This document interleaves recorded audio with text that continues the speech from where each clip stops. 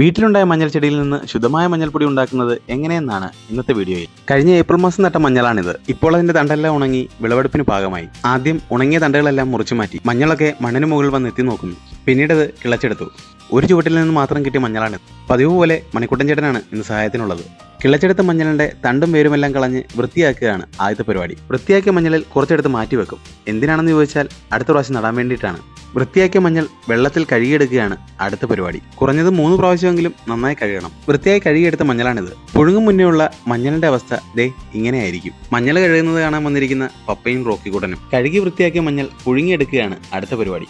ഒരുപാട് നേരം പുഴുങ്ങിയാൽ മഞ്ഞളുടെ ഗുണങ്ങൾ നഷ്ടപ്പെടും. മഞ്ഞൾ ഒടിച്ചു നോക്കുമ്പോൾ ദേ ഇങ്ങനെ നൂല് പോലെ വരുന്നുണ്ടെങ്കിൽ അതുവരെ മാത്രം പുഴുങ്ങിയാൽ മതി. മഞ്ഞൾ വെള്ളത്തിൽ പുഴുങ്ങിയെടുക്കുന്നത് കൂടാതെ ആവിയിലും പുഴുങ്ങിയെടുക്കാറുണ്ട്. ആവിയിൽ പുഴുങ്ങിയെടുക്കുന്ന മഞ്ഞളിന് ഗുണങ്ങൾ കൂടുതലുണ്ടെന്നാണ് പറയാറ്. മഞ്ഞൾ പുഴുങ്ങുന്നത് നോക്കിയിരിക്കുന്ന കിങ്ങിണിയും മക്കളും. പുഴുങ്ങിയ മഞ്ഞൾ ഉണക്കിയെടുക്കും മുമ്പ് അതിലെ വലിയ കഷ്ണങ്ങൾ ചെറുതായി അരിഞ്ഞെടുക്കണം. അങ്ങനെ ചെയ്തില്ലെങ്കിൽ വലിയ മഞ്ഞൾ ഉണങ്ങാൻ കൂടുതൽ സമയമെടുക്കും. ഇനി മഞ്ഞൾ നന്നായി വെയിലത്തിട്ട് ഉണക്കണം.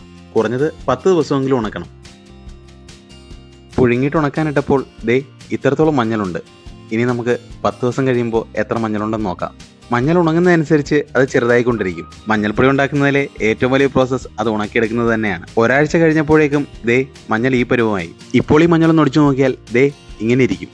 മഞ്ഞൾ നന്നായി ഉണങ്ങിയാൽ മഞ്ഞൾപ്പൊടി കൂടുതൽ കാലം കേടുവരാതിരിക്കും. ഈ കാണുന്നത് നീതുവിന്റെ ആത്മാർത്ഥതയാണോ അതോ വീഡിയോയ്ക്ക് വേണ്ടി പോസ്റ്റ് ചെയ്യുകയാണോ എന്നെനിക്ക് നല്ല സംശയമുണ്ട്. നന്നായി ഉണക്കിയെടുത്ത മഞ്ഞൾ വൃത്തിയാക്കുകയാണ് അടുത്ത പരിപാടി.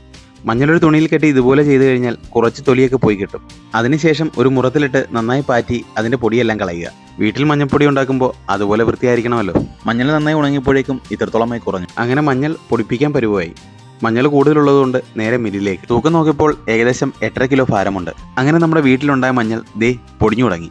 ഞങ്ങളുടെ നാട്ടിൽ 1 കിലോ മഞ്ഞൾ പൊടിപ്പിക്കുന്നതിന് 50 രൂപയാണ്. ആദ്യം പൊടിച്ചെടുത്ത മഞ്ഞൾ വീണ്ടും ഒന്നുകൂടി മെഷീനിലിട്ട് പൊടിച്ചു തന്നു. അതുകൊണ്ട് തന്നെ ഒട്ടും തരിയില്ലാതെ മഞ്ഞൾ നന്നായി പൊടിഞ്ഞു കിട്ടി. അങ്ങനെ പൊടിച്ചു കിട്ടിയ മഞ്ഞൾപ്പൊടി ദേ ഇത്രത്തോളം ഉണ്ടായിരുന്നു. അപ്പോൾ കൂടുതൽ കാഴ്ചകളും വിശേഷങ്ങളുമായി അടുത്ത വീഡിയോയിൽ കാണാം. അതുവരേക്കും ബൈ.